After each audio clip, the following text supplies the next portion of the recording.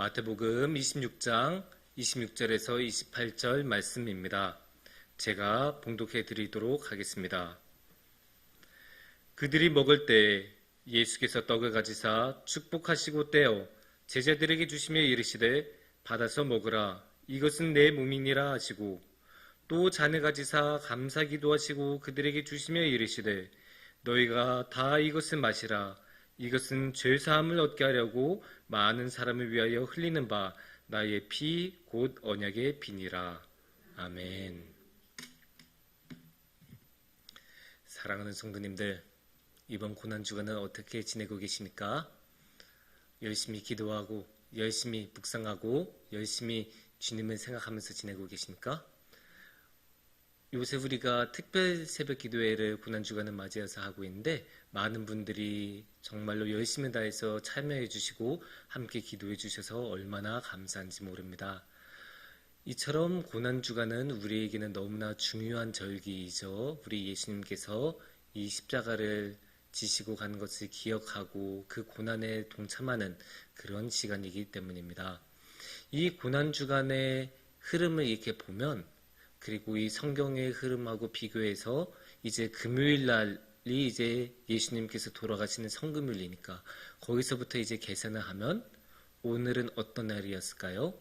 오늘은 아마 예수님께서 제자들하고 마지막 식사를 나누셨던 그런 날이었습니다. 생각하면 예수님께서는 이제 겟세마네 동산에서 기도를 하신 이후에는 잡히시잖아요. 그리고 잡히신 이후에는 본격적인 고난이 시작이 되죠. 그리고 그 본격적인 고난이 시작이 되면 예수님에게는 일상적인 삶이란 거는 이제 없어지죠. 사랑하는 사람들도 더 이상 만날 수 없고 일상이 뭡니까? 그냥 고난만 있고 고통만 있는 정말로 죽음으로 이르는 그 십자가의 길이 이제 시작이 되는 게 본격적인 고난의 시간인데 예수님께서는 겟세마네 동산 이후에는 그러한 고난이 시작이 된다는 것을 너무나 잘 알고 계셨잖아요. 이미 다 알고 계셨으니까 예수님께서도 이 겟세마네 동산이 시작이 되기 전에 고난이 시작이 되기 전에 제자들하고 함께 마지막으로 시간을 보내고 싶으셨습니다. 그래도 3년 동안 동고동락하면서 같이 지냈던 제자들이고 예수님께서 사랑하시던 예수님께서 자신의 사람들이라고 생각하고 함께 다니셨던 그런 사람들이기 때문에 예수님에게도 각별한 의미를 갖는 사람들이었고 그래서 예수님께서는 마지막 일상을 누리면서 마지막으로 함께 식사를 나누십니다.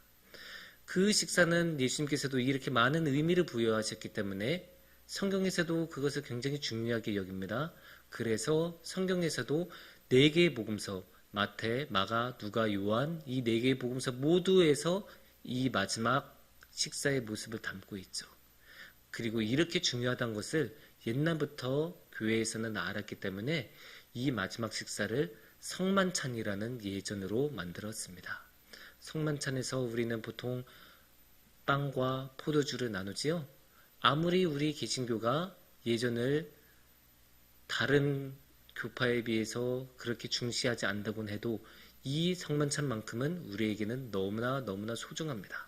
주님께서 직접 해주셨던 그런 직접 빵을 나누시고 직접 포도주를 나누셨던 그런 사건을 기념하기 때문입니다. 그런데 이제 이렇게 성만찬이라고 하면 신학자들은 그럼 진짜 이게 어떻게 이루어졌을까? 빵이 정말로 예수님이 되신 건가? 그런 거에 이제 집중해서 생각을 해요. 물론 그것도 너무나 중요하지만 우리의 신앙의 삶에서는 그런 것보다는 이 성만찬이 우리에게 어떤 의미가 있는지 예수님께서는 어떤 생각을 가지고 이런 성만찬을 진행하셨는지를 살펴보는 것이 조금 더 유익할 것이라고 생각합니다. 그래서 오늘은 이 시간에는 말씀을 통해서 성만찬에 대해서 함께 생각해보는 시간을 가져보도록 하겠습니다. 오늘의 말씀은 마태복음 말씀입니다. 마태복음에서 나오는 이 성만찬의 말씀이고 예수님께서 나누시는 마지막 식사의 모습입니다. 그리고 이 말씀을 보면 예수님께서 이 성만찬에 참 많은 의미를 부여하신다는 게 느껴지고 정말로 우리 신앙에 너무나 소중하다는 것을 알 수 있습니다. 왜 그럴까요? 한번 26절을 읽어보시면 좋을 것 같습니다. 26절을 우리가 함께 보면요. 그들이 먹을 때 예수께서 떡을 가지사 축복하시고 떼어 제자들에게 주시며 이르시되 받아서 먹으라 이것은 내 몸이니라 하시고. 예수님께서 빵을 주실 때 우리가 성만찬에서 빵을 나눌 때 이 빵은 그냥 빵이 아닙니다. 예수님께서 자신의 몸이라고 하시는 빵입니다. 그러니까 이 빵은 그냥 너도 배고파? 좀 줄까? 하면서 그렇게 주는 빵이 아니고 예수님께서 정말로 자신을 내어주신 그런 빵이에요. 자신을 내어주시는 거예요. 그리고 어떻게 내어주신지도 나왔죠? 떼어서 주셨다고 나왔잖아요. 이 빵을 떼서 찢어서 주시는 게 이 빵의 모습입니다. 그러니까 예수님께서는 자신의 살과 몸을 찢어서 우리에게 주시는 건데 이게 과언이 아니라는 것을 우리는 알고 있잖아요. 왜냐? 이 이후에 어떻게 진행이 되는지 너무나 잘 알기 때문이죠. 예수님께서 채찍질을 맞으시면서 그 살같이 다 찢어지시고 그 십자가의 고난을 당하시면서 못 박히시고 살같이 다 문드러지는 그런 모습을 보면 예수님께서는 정말로 자신의 몸을 찢어서 우리에게 주셨다는 것을 알 수 있습니다. 그런데 예수님께서는 내어주신 것은 주님의 몸으로 그치지 않습니다. 예수님께서는 한 가지를 더 주신다고 나오죠. 27절과 28절을 보시면 이렇게 말씀하고 계십니다. 또 잔을 가지사 감사 기도하시고 그들에게 주시며 이르시되 너희가 다 이것을 마시라. 이것은 죄사함을 얻게 하려고 많은 사람을 위하여 흘리는 바 나의 피 곧 언약의 피니라. 예수님께서 흘리는 피이신데 이 포도주는 예수님께서 흘리는 피이신데 그냥 어쩌다가 상처가 나서 피가 나오는 게 아니죠. 예수님께서 의도적으로 우리를 위하여 흘리셨다고 하셨어요. 우리를 위하여 흘리셨고 우리를 구원하시기 위하여 우리 모든 죄를 없애주시기 위하여 흘리시는 피라고 말씀에서는 분명하게 이야기하고 있습니다. 피 흘리는 것을 누가 좋아합니까? 아무도 좋아하지 않죠. 왜냐? 피에는 성경의 표현에 따르면 피에는 생명이 있죠. 현대적인 어투로 말하자면 피가 없어지면 생명도 가죠. 피가 있어야 생명이 있는 거예요. 모든 생명체는.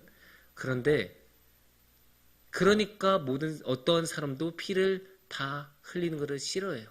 왜냐? 생명을 잃으니까. 하지만 예수님께서는 주저하지 않고 피를 흘리셨어요. 누구를 위해? 우리를 위해 피를 흘리셨어요. 그게 예수님께서는 너무나 당연한 것으로 여기셨고 그렇게 예수님께서는 우리를 그 죄의 구렁텅이에서 빠져나오게 하시고 우리에게 생명의 길을 열어주셨습니다. 자신의 피를 흘려서.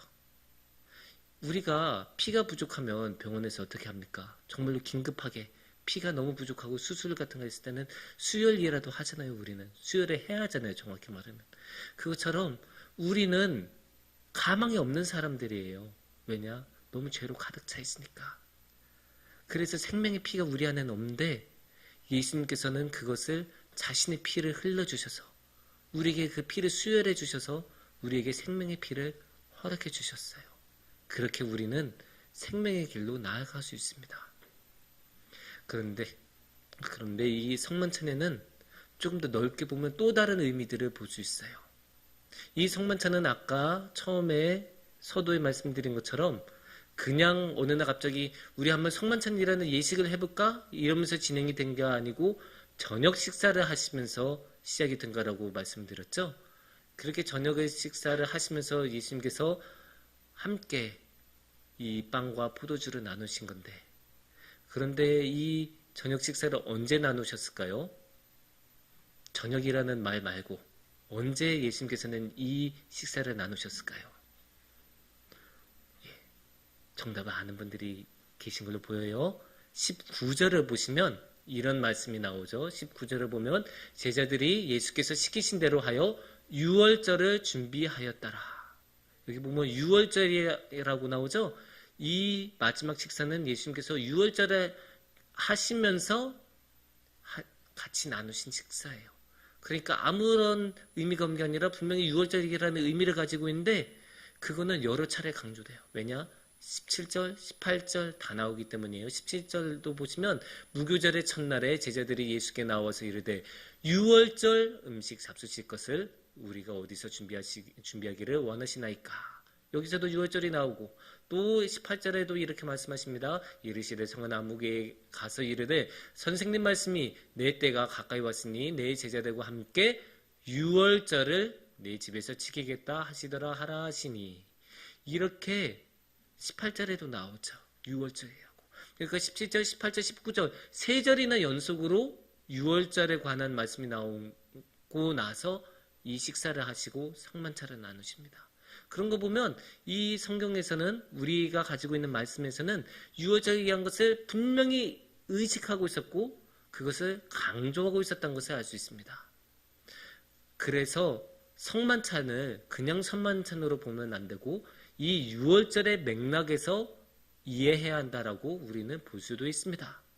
그렇다면 이 유월절에서는 우리는 무엇을 생각을 해야 할까요? 유월절이 뭐였죠? 정확하게 말하면 유월절 언제 일어났죠? 출애굽 때 일어났죠. 출애굽 때 이집트에서 탈출할 때 이집트에서 이스라엘 민족들이 탈출할 때 이집트에서 하도 그거를 못 벗어나게 하니까 10개의 재앙을 내리시고 10번째 재앙 때는 다 문설주에 이게 피를 발라야 이렇게 넘어가고 그래야 너네는 구원을 받고 저쪽에만 재앙이 임할 거야. 그리고 이 10번째 재앙이 너무나 임팩트가 컸기 때문에 그리고 그 덕에 탈출을 했기 때문에 이 유월절은 이 마지막 10번째 재앙의 이 사건은 이 유월절은 출애굽의 상징과도 같은 그런 모습이 되었죠. 그래서 이 유월절에서는 우리는 무엇을 볼 수 있느냐? 해방을 볼 수 있는 거예요. 이집트에서 해방하는 거잖아요. 이집트에서 탈출이 되는 거니까 이집트의 그 압제, 폭압 얼마나 힘들었어요. 막 애들도 잡아가고 고된 노동을 시키고 너무나 끔찍한 삶에서 벗어나는 해방의 맥락이 이 유월절에는 있습니다. 그러면 그 맥락을 가지고 성만찬을 읽으면 우리는 무엇을 볼 수 있겠습니까? 성만찬에는 어떠한 해방이 있을까요? 죄와 죽음에서의 해방이 있습니다. 죄는 어떻게 해방이 될까요? 예수님께서 자신의 몸을 떼어서 찢어서 우리에게 주셔서 우리를 거룩한 주님의 몸으로 되게 하셔서 그 모든 죄악에서 벗어나게 하셨어요. 우리는 그럼 어떻게 죽음에서 해방이 됩니까? 예수님께서 우리에게 그 피를 주셨기 때문에 생명이 담겨있는 그 보혈의 피를 우리에게 주셨기 때문에 우리는 죽음에서 벗어나서 생명으로 나아갈 수 있습니다. 그렇게 예수님께서는 우리를 죄와 죽음에서 해방시켜 주십니다. 여기서 하지만 우리가 한 가지 더 생각해야 하는 게 있어요. 이 귀한 해방을 예수님께서는 누구에게 주실까요? 더 넓게 봐서 예수님께서는 어떤 사람들과 함께 이 마지막 식사를 나누셨던 걸까요? 그 말씀을 보려면 우리는 21절을 보시면 참 많은 것을 생각할 수 있어요. 그들이 먹을 때에 이르시되 내가 진실로 너에게 이르노니 너희 중에 한 사람이 나를 팔리라 하시니. 너희 중에 한 사람, 지금 나하고 그동안 3년 동안 동고동락했으면서 그리고 지금 나하고 이 한 식탁에서 같이 밥을 먹는 이런 친밀한 사이이면서도 나를 팔 사람이 너희 중에 한 명 있다. 예수님께서 말씀하신 거죠. 그런데 우리는 알잖아요. 이미 이 한 사람이 누구인지 우리는 이미 다 알고 있죠. 하지만 그게 지금 여기서 중요할까요? 아니에요. 전혀 아니에요. 왜냐? 이 식사를 같이 나눴던 12명의 제자 중에 예수님께서 잡히실 때 누가 남아있었습니까? 아무도 안 남아있지 않았습니까? 한 명도, 아니 한 명 정도는 그래도 남아있을 법도 한데 한 명도 남아있지 않았어요. 자신만만하게 나는 아니지요 말했던, 모두가 도망쳐도 나는 안 도망치겠다라고 말했던 그 제자마저도 예수님을 버리고 자기 살 길을 가서 도망갔어요. 그런데 제자들이 이렇게 도망가고 모두 도망갔다는 이야기는 뭡니까? 우리라고 해서 크게 다르지 않다는 거예요. 우리가 그 자리에 있었다고 해도 우리라고 거기 남아있을까요? 아니에요. 결국은 사람은 그래요. 아무리 많은 것을 받았어도, 아무리 큰 은혜를 받았어도 자기가 급하면 자기를 먼저 챙기고 자기 살 길을 찾아서 도망가는 게 그게 사람의 모습이에요. 그리고 우리도 사람인 이상 거기서 크게 벗어날 수 없어요. 하지만 예수님께서는 그런 제자들에게, 그런 우리에게 자신의 몸을 주시고 자신의 피를 주십니다. 그렇게 예수님께서는 그런 배신자들에게, 자신을 버리고 떠날 것이 뻔한 사람들에게 자신의 몸과 피를 내어주셔서 죄와 죽음에서 해방시켜 주십니다. 저는 이 은혜가 너무 놀라워요. 아무리 봐도 저 같은 작은 마음을 가진 인간의 눈으로는 도무지 이해가 안 가요. 어떻게 자신을 배신할 것이 뻔해 보이는, 몇 시간 뒤면 더 이상 내 곁에 없을 사람들한테 왜 이런 큰 은혜를 주셨을까?